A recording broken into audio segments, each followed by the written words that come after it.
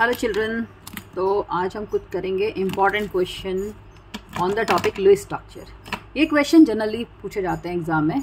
ये Lewis structure draw करना एक इम्पॉर्टेंट टॉपिक है केमिकल बॉन्डिंग का, कि जब आप लुईस स्ट्रक्चर्स बनाते हो तो लुईस स्ट्रक्चर्स बनाना आपको इसलिए आना चाहिए क्योंकि लुईस स्ट्रक्चर बनाने के बाद ही आप रेजोनेटिंग स्ट्रक्चर बनाना सीखोगे।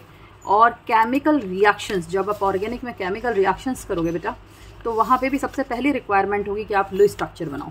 तो लुईस स्ट्रक्चर्स क्या होते हैं, कैसे बनाए जाते हैं इस वीडियो में, और कुछ इंपॉर्टेंट क्वेश्चन लुईस स्ट्रक्चर से, लाइक कार्बन डाइऑक्साइड का लुईस स्ट्रक्चर, अमोनिया का लुईस स्ट्रक्चर, कुछ आइंस का लुईस स्ट्रक्चर, कार्बोनेट आइन का लुईस स्ट्रक्चर, नाइट्राइट का लुईस स्ट्रक्चर, वो हम इस वीडियो में कवर करेंगे। ओके, तो first of all Lewis structure की एक डेफिनेशन है जो कि आपको कई बार क्वेश्चन में अगर पूछी जाए तो आप आंसर कर सकते हो कि लुईस स्ट्रक्चर का यूज क्या है। तो the structure that provide a picture of bonding in molecules, कि किसी भी मॉलिक्यूल में इलेक्ट्रॉन्स को, ऑक्टेट रूल बताता है कि आपके हर एटम की टेंडेंसी होती है कि वो आउटर मोस्ट ऑर्बिट में 8 इलेक्ट्रॉन्स पूरा करे। हालांकि उसके भी कुछ वायलेशंस हैं, लेकिन बेसिकली हम ये मानते हैं कि ऑक्टेट कंप्लीट करने के लिए केमिकल बॉन्डिंग्स होती हैं। तो the structure that provide a picture of bonding in molecules and ions, किसी भी आइन में और किसी भी मॉलिक्यूल में इलेक्ट्रॉन्स की बॉन्डिंग कैसे हो रही है in terms of shared pair electrons and the octet rule, and according to the octet rule are called Lewis dot structure. So what are Lewis dot structure? The structure that provide a picture of bonding in molecule and in ions in terms of shared pair of electrons, and the octet rule are called Lewis dot structure. यानी कि Lewis dot structure एक ऐसा structure है जिसमें हमें जो electrons की bonding दिखाई देती है शेयर्ड पेयर के टर्म में और ऑक्टेट रूल को फॉलो करते हुए, that is called Lewis dot structure. तो लुईस डॉट स्ट्रक्चर में किसी भी मॉलिक्यूल में बॉन्डिंग शेयर्ड पेयर की अकॉर्डिंग टू ऑक्टेट रूल हमें रिप्रेजेंट करनी होती है, that is your Lewis structure. For example, यहाँ पे आपके सामने नाइट्रोजन ट्राइफ्लोराइड का स्ट्रक्चर है। नाइट्रोजन ट्राइफ्लोराइड के साथ मैं यहाँ पे अमोनिया का भी स्ट्रक्चर दिखाती हूँ कि अगर मुझे अमोनिया का लुईस स्ट्रक्चर बनाना हो तो ये मेरे पास अमोनिया का लुईस स्ट्रक्चर है। ठीक है, अभी तो मैंने ये फटाफट से ड्रॉ कर दिया आपके लिए यहाँ पे कि नाइट्रोजन में देखो 8 इलेक्ट्रॉन्स हो गए आपके, हाइड्रोजन में 2 इलेक्ट्रॉन्स, तीनों हाइड्रोजन के कंप्लीट हो गए। तो ये लुईस स्ट्रक्चर है अमोनिया का। बट ये बनाया कैसे, इसके रूल्स क्या हैं, वो रूल्स हम डिस्कस करेंगे। तो सबसे पहले स्ट्रक्चर तो हम बना के देखेंगे बेटा, रूल्स थोड़ा सा समझेंगे तो फिर ईजी है हमारे लिए स्ट्रक्चर ड्रॉ करना। तो सबसे पहला रूल कहता है कि count the total number of electrons required for writing the structure by adding the valence electron of the combining atoms. It means कि आपको total number of valence electron count करने हैं। सबसे पहला काम, सबसे पहला स्टेप क्या है। फॉर एग्जाम्पल, जैसे मैंने यहाँ पे अमोनिया का स्ट्रक्चर बनाया था, तो मेरे पास अमोनिया में नाइट्रोजन एंड हाइड्रोजन 2 एटम्स थे जिनके आखिर मेरे को स्ट्रक्चर बनाना था। तो नाइट्रोजन के वैलेंस इलेक्ट्रॉन कितने हैं, वैलेंस इलेक्ट्रॉन मतलब आउटर मोस्ट शेल के इलेक्ट्रॉन। नाइट्रोजन का एटॉमिक नंबर 7, 2 और 5 का इसका इलेक्ट्रॉनिक कन्फिग्रेशन है। अगर हम 1s2 2s2 2p3 की तरह से लिखते हैं तो भी बनेगा आपका कि 1s2 2s2 2p3, है ना। 5 इलेक्ट्रॉन्स है आउटर मोस्ट शेल में। तो यहाँ पे इसके वैलेंस शेल के इलेक्ट्रॉन्स हम काउंट करेंगे। तो वैलेंस शेल में हमारे पास कितने इलेक्ट्रॉन्स हैं, 5। हाइड्रोजन के वैलेंस शेल में इलेक्ट्रॉन कितने होते हैं, 1। तो टोटल आपके पास हो गए। अब हाइड्रोजन के एटम्स कितने हैं, 3। तो हम इसको 3 से मल्टीप्लाई करेंगे। तो अब टोटल इलेक्ट्रॉन्स कितने हो गए, 5 + 3, 8 मीन्स आपके पास हो गए 8 इलेक्ट्रॉन्स टोटल। ठीक है, तो 8 इलेक्ट्रॉन्स को हमें डिस्ट्रीब्यूट करना है। तो पहला स्टेप क्या कह रहा है, count the total number of electrons required for writing the structure by adding the valence electron of combining atoms, कि जितने भी कंबाइनिंग एटम्स हैं उनके जितने भी वैलेंस इलेक्ट्रॉन्स हैं उनको आप टोटल करिए। ठीक है, हमने उसको टोटल किया अमोनिया के केस में। अब इन केस ऑफ एनाइन, अगर वो मॉलिक्यूल एनाइन है, जैसे कि आपका कार्बोनेट है, वो एक एनाइन है, यानी कि CO3 -2 का चार्ज है उसके ऊपर, नाइट्राइट NO2 -1 का चार्ज है, वो एक एनाइन है। तो जितना भी चार्ज है, add 1 electron to the total number of valence electron for each negative charge. एक नेगेटिव चार्ज के लिए उतने ही इलेक्ट्रॉन के नंबर को आप ऐड कर दीजिए। -1 का चार्ज है तो 1 इलेक्ट्रॉन ऐड कीजिए, -2 का चार्ज है 2 इलेक्ट्रॉन के लिए ऐड कीजिए, 3 का चार्ज है माइनस का 3 ऐड कीजिए। And in the case of cation, अगर कैटाइन है यानी पॉजिटिव चार्ज है, तब subtract 1 electron from the total number of valence electron. In that case आपको क्या करना है, माइनस कर देना है। यानी कि माइनस चार्ज के लिए आप ऐड कर रहे हो इलेक्ट्रॉन्स, प्लस चार्ज के लिए जितना प्लस चार्ज है उतना माइनस करोगे इलेक्ट्रॉन्स को। ठीक है, ये कैसे यूज करना है बताऊंगी, पहले एक बार रूल पढ़ा रही हूँ। इसके बाद right the chemical symbol of the combining atom. जैसे हमने यहाँ पे क्या किया था, पहले मैंने नाइट्रोजन एंड हाइड्रोजन लिखा था ना, तो सबसे पहले आप सिंबल लिखते हो, और सिंबल लिखने का रूल ये है बेटा कि जो लीस्ट इलेक्ट्रोनेगेटिव होता है उसको सेंटर में लिखते हैं, और मोर इलेक्ट्रोनेगेटिव लीस्ट इलेक्ट्रोनेगेटिव को सेंटर में, मोर इलेक्ट्रोनेगेटिव को सराउंडिंग में। हाइड्रोजन हमेशा टर्मिनल पोजीशन पे रहता है, बीच में नहीं लिखा जाता हाइड्रोजन कभी भी। जैसे यहाँ पे फ्लोरीन मोर इलेक्ट्रोनेगेटिव है, हमने उसको साइड में लिखा हुआ है। फ्लोरीन के कंपैरिजन में नाइट्रोजन लीस्ट इलेक्ट्रोनेगेटिव है, उसको सेंटर में लिखा हुआ है। तो right the chemical symbol of the combining atom and skeletal structure of the compound and try to distribute the total number of electron as bonding shared pair between the atoms in proportion to the total bonds। Means कि सबसे पहले आपने क्या करना है, आपको इनके symbols लिखने हैं। सिंबल लिखने का तरीका मैंने बताया कि आपका लीस्ट इलेक्ट्रोनेगेटिव एटम बीच में रहेगा, मिडल में रहेगा, और सराउंडिंग एटम्स उससे ज़्यादा इलेक्ट्रोनेगेटिव होने चाहिए। हाइड्रोजन के केस में हाइड्रोजन हमेशा टर्मिनल पोजीशन में रहेगा, उसको बीच में कभी नहीं लिखते। ठीक है, उसके बाद हमने ये जितने भी इलेक्ट्रॉन टोटल किए हैं मॉलिक्यूल के, उनको हम डिस्ट्रीब्यूट करेंगे अकॉर्डिंग टू देयर बॉन्ड्स। ठीक है, और ऑक्टेट रूल। तो ये हमारे मेन 3 रूल्स हैं। अब इसके बाद इनको यूज कैसे करना है मैं बताऊंगी। इसके अलावा हमारे पास 2 रूल्स और हैं। वो रूल्स क्या हैं कि सबसे पहले जनरली, जो मैंने अभी आपको बताया, generally the least electronegative atom occupy central position, which already I have discussed in the molecule, or ion is called central atom, and after distributing the shared pair of electron, तो सबसे पहले हम shared pair electron को distribute करते हैं for single bonds, remaining electron pairs are either utilized for multiple bonds or remain as such in the form of lone pair। जो बाकी electrons हैं उनको शेयर्ड पेयर की तरह डिस्ट्रीब्यूट करना होता है, या वो लोन पेयर की तरह एज इट इज रहते हैं एटम के पास। हमें प्रोवाइड ये करना है कि सारे एटम जितने भी कंबाइन कर रहे हैं उनका ऑक्टेट कंप्लीट हो जाए। ओके, ये हमारे पास मेन रूल्स हैं। तो जनरली हमने फटाफट से रूल्स देखे, अब उन रूल्स की एप्लीकेशन देखते हैं। तो सबसे पहले मैं आपको ये सारे रूल अप्लाई करते हुए कार्बोनेट का स्ट्रक्चर बनाती हूँ। ये बहुत इंपॉर्टेंट क्वेश्चन है, ये CBSE में पूछा जाता है बेटा, कई बार पूछा जाता है क्वेश्चन, और ऑक्टेट रूल की वायलेशन JEE में आती है। तो अगर कार्बन डाइऑक्साइड का स्ट्रक्चर बनाना है तो हमारा पहला रूल क्या कहता है कि number of valence electron count कीजिए। नंबर ऑफ वैलेंस इलेक्ट्रॉन कैसे काउंट करना है हमें, कार्बन के अंदर वैलेंस इलेक्ट्रॉन, कार्बन का एटॉमिक नंबर 6, वैलेंस इलेक्ट्रॉन आ गए आपके पास 4, ये है उसके वैलेंस इलेक्ट्रॉन। ऑक्सीजन का एटॉमिक नंबर 8, 2, 6, वैलेंस इलेक्ट्रॉन कितने हो गए 6। ऑक्सीजन के एटम्स कितने हैं 2, तो हमारे पास टोटल इलेक्ट्रॉन्स कितने हो गए, टोटल इलेक्ट्रॉन्स हो गए आपके पास कार्बन के 4, ऑक्सीजन के 6 इन 2, अब कितने एटम्स हैं 2, तो हम इससे 2 से मल्टीप्लाई करेंगे, तो 4 + 12 कितना हो गया आपका 16। अब 16 इलेक्ट्रॉन की शेयरिंग हमको कार्बन एंड ऑक्सीजन के बीच में करनी है। अब रूल हमारा कहता है कि कार्बन, जो कि आपका क्या है, कार्बन हमारा लेस इलेक्ट्रोनेगेटिव है ऑक्सीजन के कंपैरिजन में, तो उसको मैंने मिडल में रखा। कार्बन को ऑक्सीजन के कंपैरिजन में हम क्या करेंगे, मिडल में रखेंगे। अब मिडल में रखने के बाद सबसे पहले ये जो 16 इलेक्ट्रॉन्स थे इनका डिस्ट्रीब्यूशन करेंगे।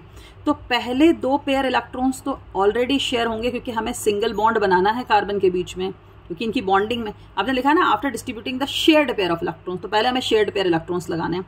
तो हमने 2 इलेक्ट्रॉन इधर शेयर किए, तो 16 में से 4 इलेक्ट्रॉन्स हमने यूटिलाइज कर लिए। अब हमारे पास कितने बचे, हमारे पास 12 इलेक्ट्रॉन्स बचे।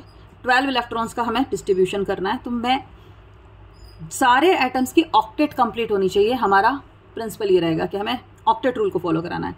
तो 1 2 3 4 5 6 7 8 9 10 11 12।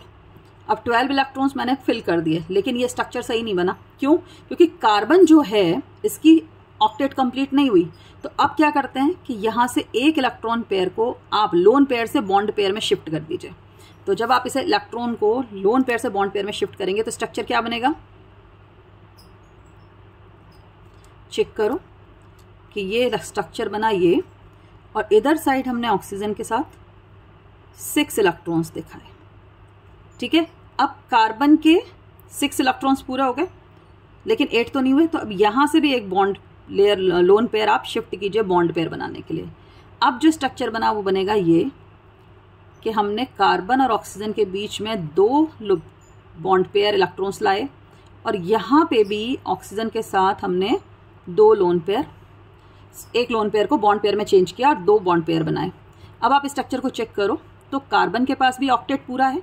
कार्बन के देखो 1 2 3 4 5 6 7 8 इलेक्ट्रॉन्स और ऑक्सीजन में भी 1 2 3 4 5 6 7 एंड 8 इलेक्ट्रॉन्स पूरे हो गए। ठीक है ना। तो अब टोटल काउंट करोगे तो ये 16 इलेक्ट्रॉन्स होंगे जो आपने टोटल काउंट करके निकाले थे। देखो कैसे चेक करें, 1 2 3 4 5 6 7 8 9 10 11 12 13 14 15 16। तो ये कार्बन डाइऑक्साइड का लुईस स्ट्रक्चर है। इस तरह से हमने सारे फॉर्मूला रूल्स अप्लाई करते हुए कार्बन डाइऑक्साइड का लुईस स्ट्रक्चर बनाया। अब दूसरा मॉलिक्यूल क्या है? दूसरा मॉलिक्यूल है आपका सल्फर डाइऑक्साइड।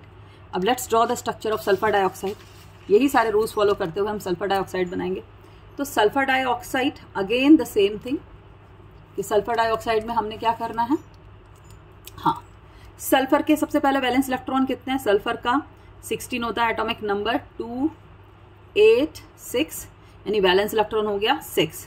ऑक्सीजन का एटॉमिक नंबर 8 2 6, तो यहाँ पे भी वैलेंस इलेक्ट्रॉन हो गया 6। ऑक्सीजन कितने हैं हमारे पास? 2, तो टोटल इलेक्ट्रॉन हो गए 6 + 6 × 2, यानी कि 6 + 12 हमारे पास हैं 18 इलेक्ट्रॉन्स जो हमें क्या करने हैं, अरेंज करने हैं सल्फर के अराउंड। तो सल्फर लीस्ट इलेक्ट्रोनेगेटिव है उससे, ऑक्सीजन के कंपैरिजन में। It is electronegative but oxygen के कंपैरिजन में लेस इलेक्ट्रोनेगेटिव है और हमें 18 इलेक्ट्रॉन्स को अरेंज करना है। तो अगेन 1 2, अब क्योंकि अभी हमने कार्बन डाइऑक्साइड बनाया है इसलिए मैं डायरेक्टली बना रही हूँ कि आप देखो हमें ऑक्टेट कंप्लीट करनी है। तो क्या हमारे ऑक्सीजन का ऑक्टेट कंप्लीट है? बिल्कुल कंप्लीट है। 1 2 3 4 5 6 7 8। इधर वाले ऑक्सीजन का ऑक्टेट कंप्लीट है और सल्फर का भी ऑक्टेट कंप्लीट है। टोटल कितने इलेक्ट्रॉन्स होने चाहिए? 18। 1 2 3 4 5 6 7 8 9 10 11 12 13 14 15 16। तो ये आपके सल्फर डाइऑक्साइड का लुईस स्ट्रक्चर है। ठीक है, टोटल वैलेंस इलेक्ट्रॉन काउंट किए। वैलेंस इलेक्ट्रॉन काउंट करने के बाद हमने सबसे पहले बॉन्ड पेयर बनाने हैं, यानी कि पहले मैं सल्फर के बीच में सिंगल सिंगल बॉन्ड बनाती, फिर लोन पेयर को बॉन्ड पेयर में चेंज कर देती। लेकिन मैंने उस स्टेप को स्किप करते हुए डायरेक्टली आपको बनाया जैसे कार्बन डाइऑक्साइड में हमने किया था ना। कार्बन डाइऑक्साइड में मैंने देखो बना के दिखाया था कि पहले हमने शिफ्ट नहीं किए थे, पहले हमने सिंगल सिंगल बॉन्ड बनाए। सिंगल बॉन्ड बनाने के लिए लोन पेयर को हमने बॉन्ड पेयर में चेंज किया। इसी तरह से सल्फर डाइऑक्साइड में भी आप, लेकिन जब आप बार बार इस तरह के स्ट्रक्चर्स बनाओगे तो आपको याद हो जाएगा कि आपको कैसे बनाना है। तो ये सल्फर डाइऑक्साइड का bond structure, Lewis dot structure बना दिया। अब तीसरा है हमारा BeCl2। BeCl2 is important. अब यहाँ पे इस क्वेश्चन में क्वेश्चन क्या था आपने चेक किया? क्वेश्चन था, ये एक इंपॉर्टेंट क्वेश्चन है, इसमें से 3 क्वेश्चन जेई में पूछे गए हैं कि in which case the octet rule is violated. ठीक है, ये जेई में आया था, उन्होंने 4 ऑप्शंस दिए थे और एक सेलेक्ट करवाया था। तो सबको मैंने दोनों क्वेश्चंस को ऐड कर दिया, एक साथ कर दिया है कि आप दोनों क्वेश्चन को एक साथ कर लो कि सबसे पहले लुईस स्ट्रक्चर ड्रॉ करो और फिर वो मॉलिक्यूल बताओ जिसमें ऑक्टेट रूल फॉलो नहीं हो रहा। तो नाउ लेट्स चेक BeCl2 के केस में क्या होता है। Be लिथियम बेरिलियम, लिथियम का एटॉमिक नंबर 3, बेरिलियम 4, तो इलेक्ट्रॉनिक कन्फिगरेशन हो गया 2 × 2 and 2, तो वैलेंस शेल इलेक्ट्रॉन हो गया 2। Cl का atomic number 17, electronic configuration 2 8 7, valence electron 7। अब Cl2 के 2 मॉलिक्यूल हैं, 2 एटम्स हैं सॉरी यहाँ पे। तो टोटल नंबर ऑफ इलेक्ट्रॉन्स हमारे पास कितने हुए? टोटल नंबर ऑफ इलेक्ट्रॉन्स हमारे पास हुए बेरिलियम के 2, क्लोरीन के 7 × 2, तो है हमारे पास 2 + 14 = 16 इलेक्ट्रॉन्स है आपके पास। अब बेरिलियम लीस्ट इलेक्ट्रोनेगेटिव मिडिल में आएगा, क्लोरीन दोनों साइड में आएंगे। अब हमें ये इलेक्ट्रॉन का डिस्ट्रीब्यूशन करना है। कितने इलेक्ट्रॉन्स हैं हमारे पास? टोटल हमारे पास 16 इलेक्ट्रॉन्स हैं। ठीक है, अब इन 16 इलेक्ट्रॉन्स को हम डिस्ट्रीब्यूट कर रहे हैं। तो सबसे पहले एक एक सिंगल बॉन्ड हमने बना दिया, तो हमारे पास 2 इलेक्ट्रॉन्स यूटिलाइज हो गए। अब हमारे पास बचे 14, 2 इलेक्ट्रॉन्स निकल गए तो हमारे पास 4 इलेक्ट्रॉन्स चले गए, तो 12 इलेक्ट्रॉन्स बचे। नाउ 12 इलेक्ट्रॉन्स आर देयर, -4 करेंगे तो 12 आएगा। 12 इलेक्ट्रॉन्स आर देयर। अब 12 इलेक्ट्रॉन्स में से पहले से सेटिस्फाइड करो। 1 2 3 4 5 6 7 8 9 10 11 12 इलेक्ट्रॉन्स यूटिलाइज हो गए। अब इस केस में हम क्या चेक कर रहे हैं कि क्लोरीन का जो है ऑक्टेट पूरा हो गया, 1 2 3 4 5 6 7 8 हो गया, दोनों क्लोरीन का हो गया, बेरिलियम का नहीं हुआ। तो बेरिलियम के केस में अब आप क्या चेक करोगे कि बेरिलियम का इलेक्ट्रॉन का ऑक्टेट पूरा नहीं होता बेटा। ये एक एक्सेप्शनल केस है, BeCl2 एक एक्सेप्शनल केस है, इसका लुईस स्ट्रक्चर यही बनेगा। बेरिलियम के जो शेल होती है वैलेंस शेल, उसमें 4 ही इलेक्ट्रॉन्स होते हैं, BeCl2 में 8 इलेक्ट्रॉन्स नहीं होते, है ना।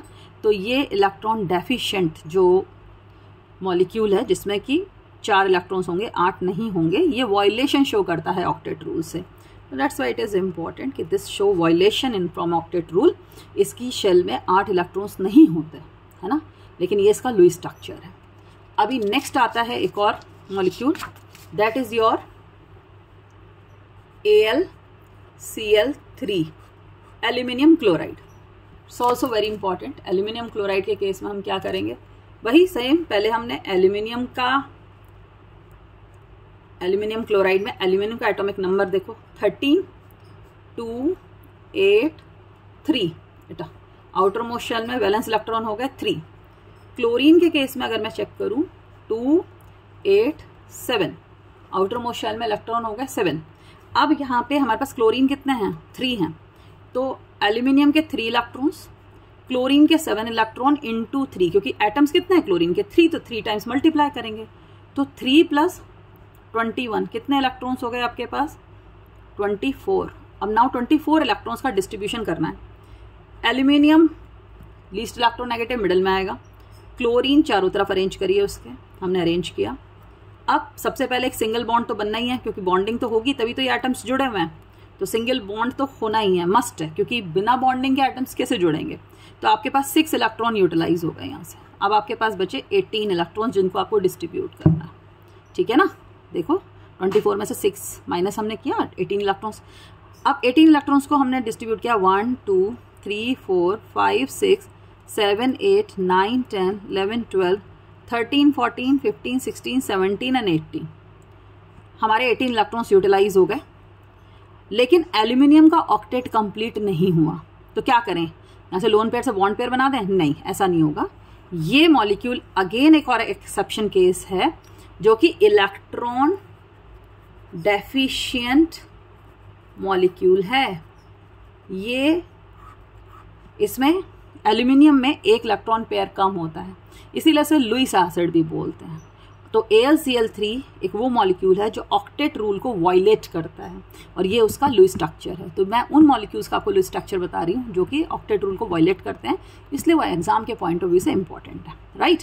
तो ये AlCl3 इलेक्ट्रॉन डेफिशिएंट मॉलिक्यूल, अगर ये आता है तो आप इसका स्ट्रक्चर यही बनाएंगे, इसमें 8 इलेक्ट्रॉन्स नहीं दिखाएंगे एल्यूमिनियम के साथ, ओके। और ये उसका लुईस स्ट्रक्चर हमने ड्रॉ कर दिया। अब एक और मॉलिक्यूल ले रहे हैं, दैट इज PCl5, और इसके बाद एक और एनाइन लेंगे। PCl5 के केस में आप देखोगे PCl5 phosphorus, again count the valence electron, phosphorus atomic number 15, 2, 8, 5, valence electron 5 हो गए। Cl के केस में एटॉमिक नंबर 17, 2, 8, 7, वैलेंस इलेक्ट्रॉन 7।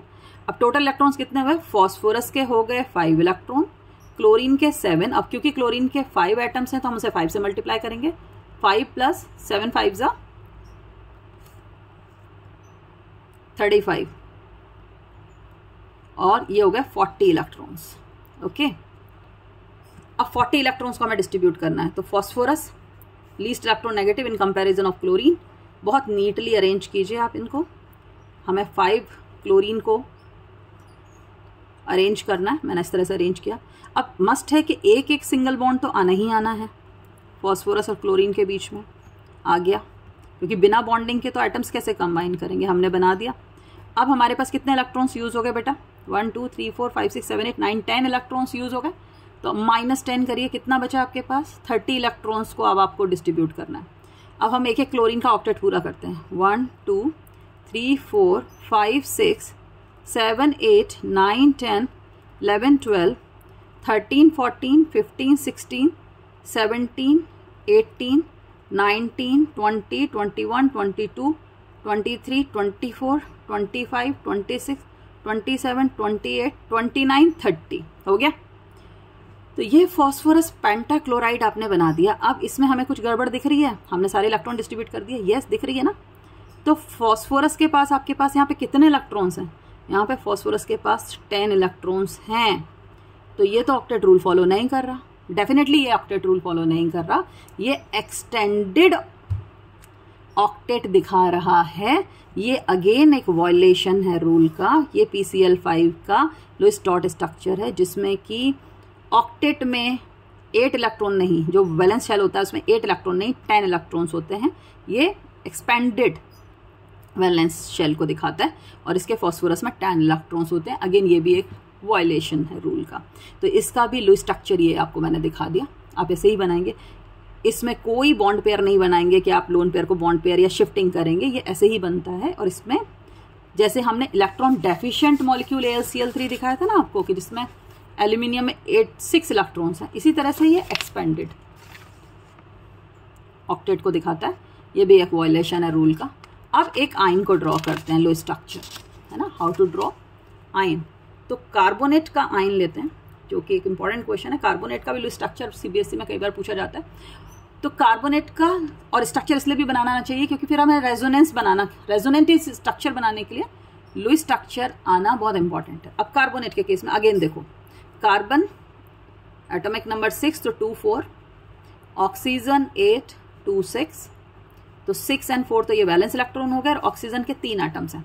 तो कार्बन के 4 इलेक्ट्रॉन्स, ऑक्सीजन के 6 मल्टीप्लाई बाय 3। अब यहाँ पे -2 का चार्ज है। आपको बताया था रूल में कि जब भी -2 का चार्ज होगा तो प्लस कर देंगे, उतना ही जितना चार्ज है उतना प्लस, और अगर प्लस का चार्ज है तो माइनस कर देंगे। यानी कैटायन है तो इलेक्ट्रॉन निकल गया, एनायन है तो इलेक्ट्रॉन ऐड हो गया। तो अब यहाँ पे कितने इलेक्ट्रॉन्स हो गए? 4 + 18 + 2 कितना हुआ बताओ? 18 + 2 20, 24 इलेक्ट्रॉन्स आपको शेयर करने हैं। अब कार्बोनेट में again carbon, oxygen, oxygen, oxygen. Carbon least electronegative in comparison of, less electronegative in comparison of oxygen.